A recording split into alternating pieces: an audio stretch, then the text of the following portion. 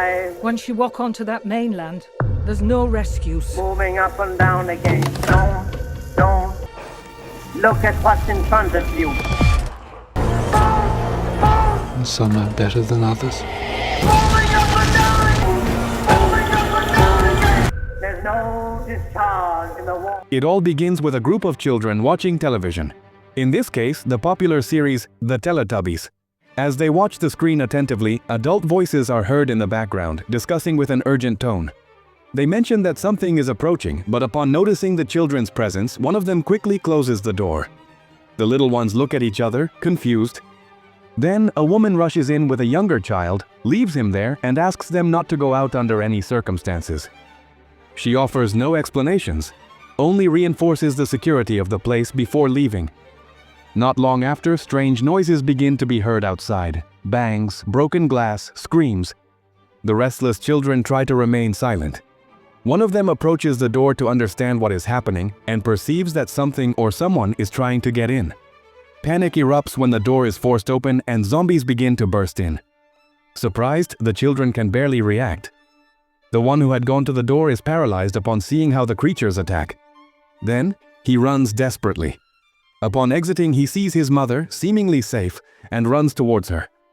But upon seeing a zombie next to her, she slams the door in his face to protect him. Terrified, the child climbs the stairs looking for a safe place. He finds more infected. The house, his home, has turned into an inferno. He escapes as best he can and manages to get outside, running aimlessly until he reaches a church. Upon entering, he finds his father, a priest who embraces him without surprise or fear. As the child tries to explain what happened, the man, completely devoted to his faith, declares that it is Judgment Day. He hands him his golden rosary and tells him to hide. The child obeys. Just then, the zombies burst into the temple. The father, firm in his faith, does not flee. He is overtaken and converted. He wanders as one of them. The hidden child waits for the opportune moment to escape. Finally, he flees the church without looking back, carrying the rosary with him. This is how the rabies virus devastated the United Kingdom. The European continent chose to isolate the island to contain the outbreak. The quarantine was total. No one entered or left.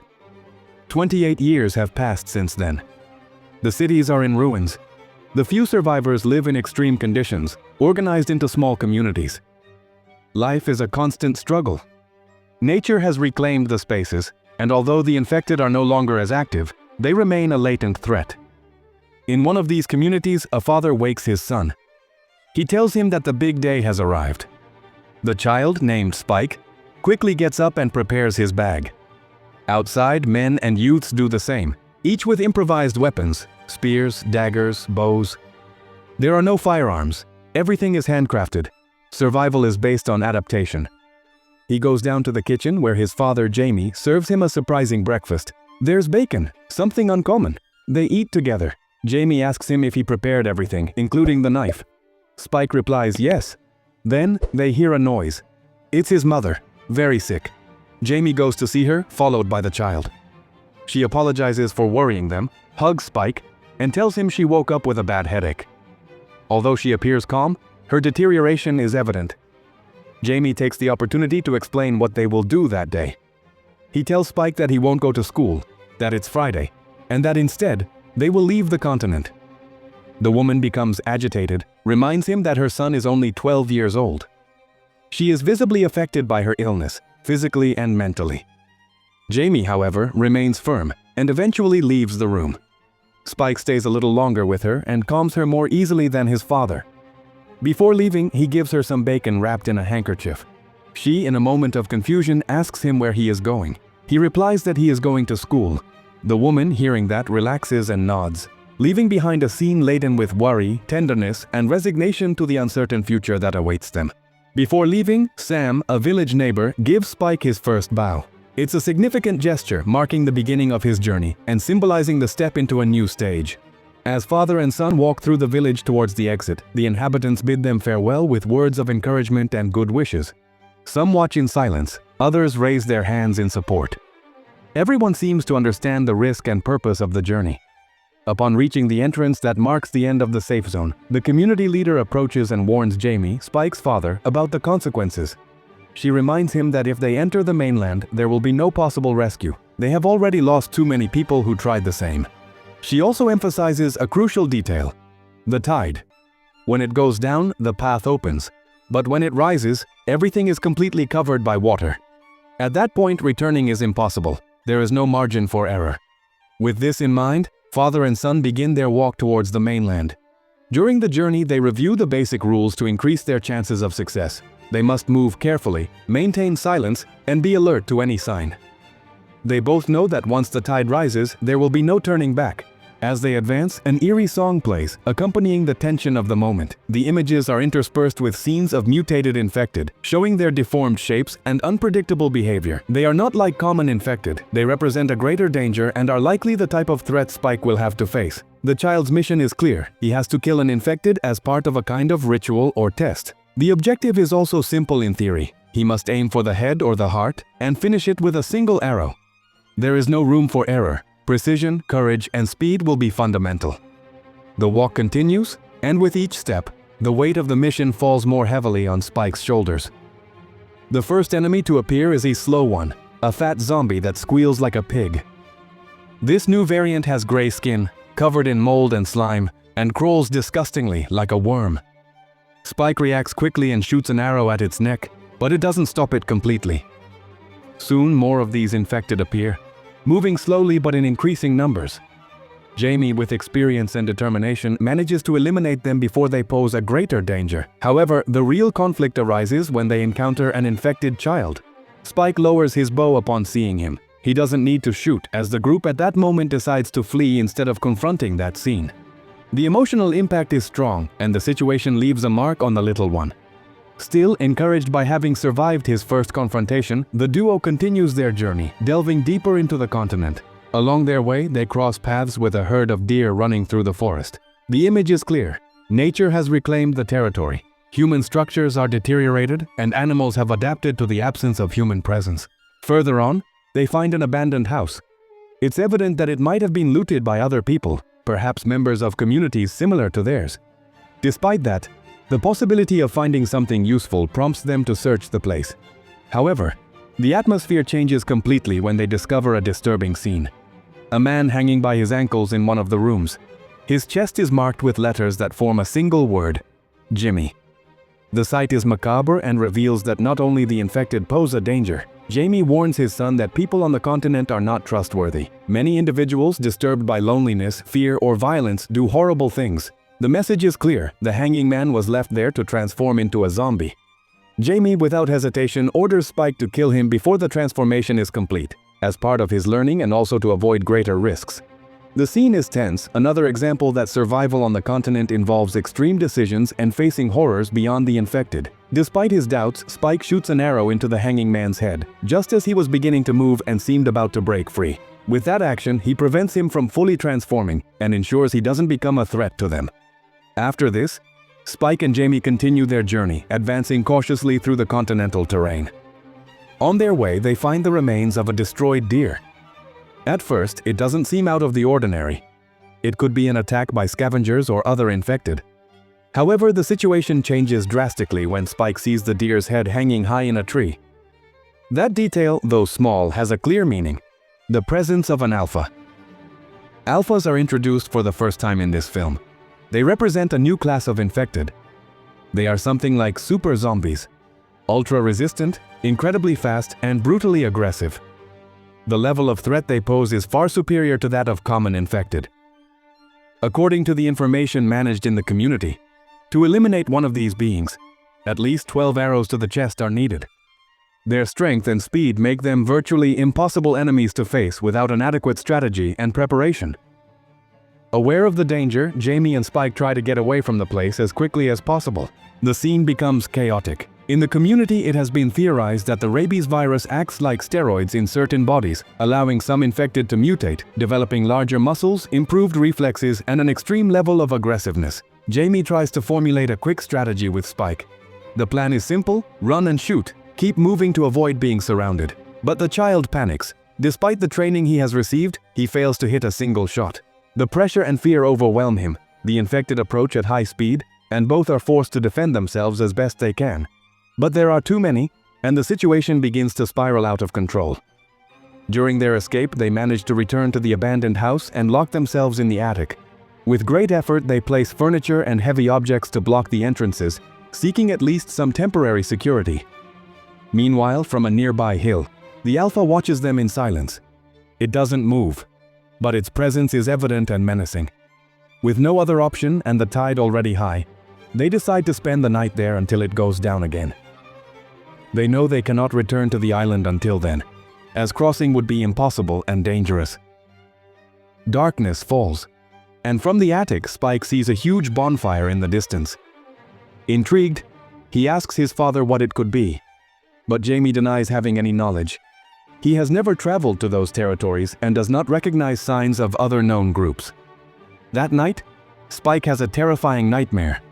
In it, he sees his mother drowning. In a grim and distressing moment, the image wakes him with a start.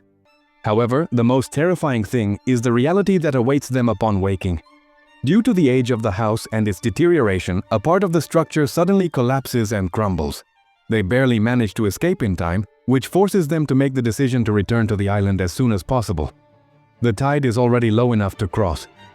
Father and son don't think twice and begin the journey back, moving quickly. But they didn't count on the Alpha noticing their movements. Just as Jamie praises his son for what he achieved during his stay on the continent, a flock of birds suddenly takes flight. It's a clear and unmistakable sign. The Alpha is running after them at full speed. The tension mounts as they run with all they have towards the island's entrance gate. They manage to arrive just in time and alert the watchtower. The community responds immediately. From atop the wall, the sentries unleash a rain of arrows directly at the Alpha, trying to stop its advance before it's too late. But it's not until a flaming arrow directly impacts the Alpha that they manage to bring it down. The monster falls after receiving the accurate hit, and the community celebrates the victory with relief. During the celebration of their return, everyone congratulates Spike for his bravery and for having survived his first trip to the continent. Jamie doesn't miss the opportunity to show off his son to everyone, recounting the details of the journey and the child's behavior in the face of danger. However, in the midst of the celebration, Spike sees something that chills him. He observes his father sneaking away with a woman named Emma. The scene leaves him in shock. Horrified by what he has just witnessed, he returns home alone. There, Sam, his neighbor, finds him, notices his mood, and calmly comforts him. Spike confesses that he is worried about his mother, Isla's health. Instead of improving, she seems to get worse every day, and that worries him. Sam then tells him about Dr. Ian Kelson, a doctor who was once renowned for his skill, and who might have been able to help Isla. But he also mentions that this doctor went mad some time ago, isolating himself completely. The most intriguing thing happens when Spike mentions the bonfire he saw from the attic. Sam, upon hearing it, connects it to Dr. Kelson, which can only mean one thing. The doctor is still alive. That revelation changes everything. There may still be hope for his mother if they can find him. The next day, Jamie returns home with a severe hangover. Spike, tired of the silence, confronts him directly. He scolds him for deceiving his mother and for withholding information about the doctor. Jamie, cornered, admits that he did meet him years ago during an expedition to the continent. He remembers finding him surrounded by bodies neatly arranged in rows, as if they were part of some experiment. He was still wearing his doctor's uniform and seemed completely indifferent to death. That scene horrified them so much that they decided never to go near that place again. Jamie believed it was better to forget about it, but now he understands that it might have been a mistake. But Spike has already made a decision. He will take his mother to the doctor regardless of the warnings or the fear that entails. Furthermore, he demands that his father leave them alone. In an act of desperation, he even threatens him with a knife. Jamie, with more strength and experience, disarms him with ease. However, instead of punishing the child, he returns the knife and, furious, leaves the house without another word. With his plan in motion, Spike sets fire to the community's supplies to create a distraction. The smoke and chaos give him the necessary margin to escape with his mother to the continent. He takes advantage of the moment of confusion and crosses the terrain before anyone notices. When Isla, already weakened by her illness, realizes where they are, she gets scared. But Spike tries to calm her, assuring her that everything will be fine. All he wants is to reach the doctor so he can cure her. At dusk, they stop in a wooded area to rest. They set up a small makeshift camp and prepare to spend the night. But that same night, one of the crawling zombies, worm-like, manages to approach silently. Just as it is about to attack Spike, who is sleeping soundly, Isla reacts in time and eliminates it. If it weren't for her intervention, Spike would already be history. Meanwhile, elsewhere on the continent, a group of soldiers tries to escape a horde of infected and a new alpha. The chase is brutal. One by one they fall, unable to resist the onslaught. Finally, only one survivor remains, isolated and wounded, near a river. In a completely different scene, another group of infected appears to be bathing. They move slowly, as if retaining some reflection of humanity. The most disturbing thing is that one of these figures is pregnant. Her swollen belly is unmistakable. The image awakens a new level of unease. The big question is whether she became pregnant before being infected, or if the infected have now developed the ability to reproduce. The threat seems to be evolving. Spike and Isla continue their journey. The crossing of the continent remains dangerous and exhausting. Isla, weakened by her mysterious illness, begins to have hallucinations. In the distance, Spike detects an emaciated infected crawling slowly across the terrain. Without hesitation, he eliminates it with an arrow. However, the sound of the fall alerts other nearby zombies. In a matter of minutes, father and son are pursued by a small group of infected approaching rapidly. Seeking immediate refuge, they enter an old gas station. The place, abandoned for years, has accumulated a large amount of gas inside. This makes breathing difficult and forces them to move carefully. The situation becomes critical when the zombies begin to approach. Just in time, a soldier appears and sets fire to the infected from the outside, saving their lives. This man introduces himself as Eric. He explains that he was traveling on a ship that shipwrecked near the continent due to violent waves. Although he survives, his arrival brings devastating news. Once someone sets foot on the island, they can never leave. The routes are guarded or completely impassable. There is no return. During the journey, Isla begins to improve, regaining some energy and managing to walk more steadily. However, something deeply disturbs her. Strange screams lead her to a train covered by vegetation almost invisible among the trees.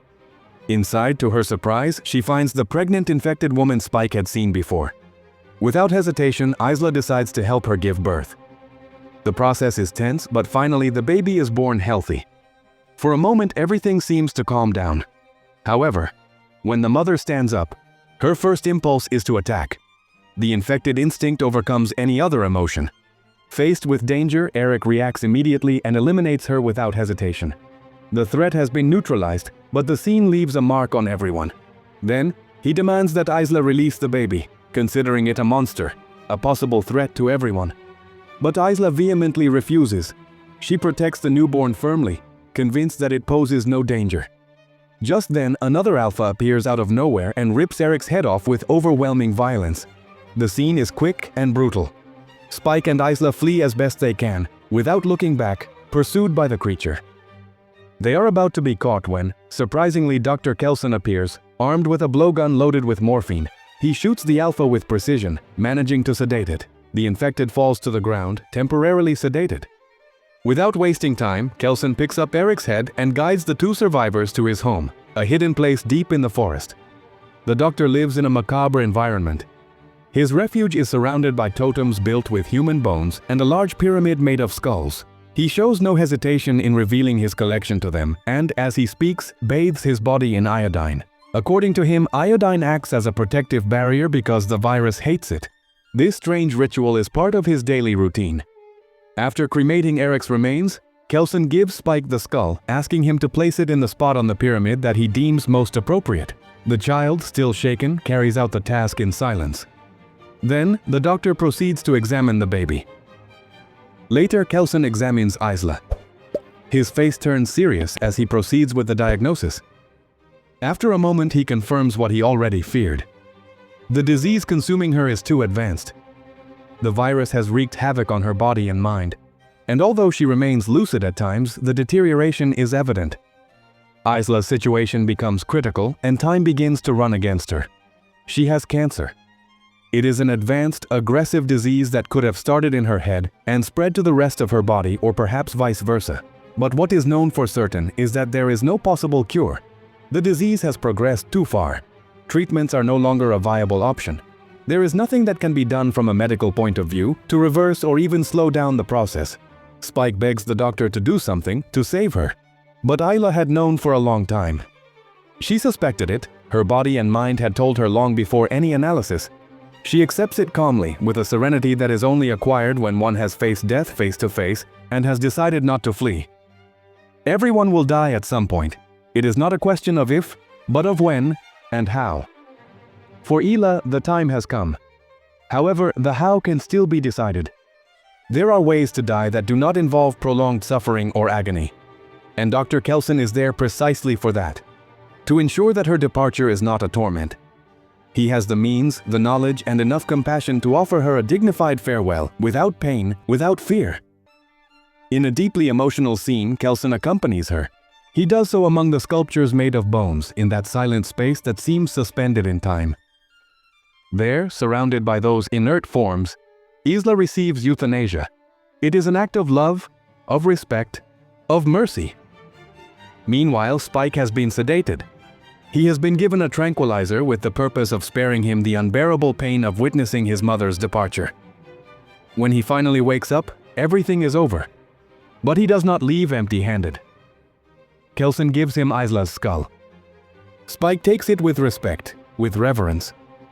Then, in a symbolic and deeply personal act, he places it atop the bone pyramid. That is his way of saying goodbye, of paying homage, of saying farewell. With the arrival of dawn, another twist occurs. The Alpha, the most dangerous infected creature in the group, returns. It is out of control, ready to attack Kelson, who is vulnerable. But Spike reacts in time. With determination, he takes one of the doctor's sedatives and injects it into the zombie, managing to stop it, thus saving the doctor's life. After that critical moment, the doctor turns to Spike and tells him that it is time to leave. Together they walk towards the edge of the territory, carrying the baby with them. Upon arriving, they leave it at the community's entrance, along with a note written by Kelson. The note reads, "Go your way, I will go mine." It is a definitive but not bitter farewell. It is the closing of a cycle. The baby is received and baptized with its mother's name, Isla. Jamie tries to reach Spike from the other shore, but the tide is high and prevents him from crossing. All he can do is shout. However, it is useless. Spike is already gone. Sometime later, while Spike was cooking a fish alone, something worrying happens. An infected appears. Spike eliminates it without hesitation. But more begin to arrive. He is in danger of being surrounded. Then, someone appears. It's Jimmy, the boy from the beginning, now an adult, leader of another community. He wears his father's crucifix, but hung upside down. Jimmy congratulates Spike for having survived and offers him a place among his own.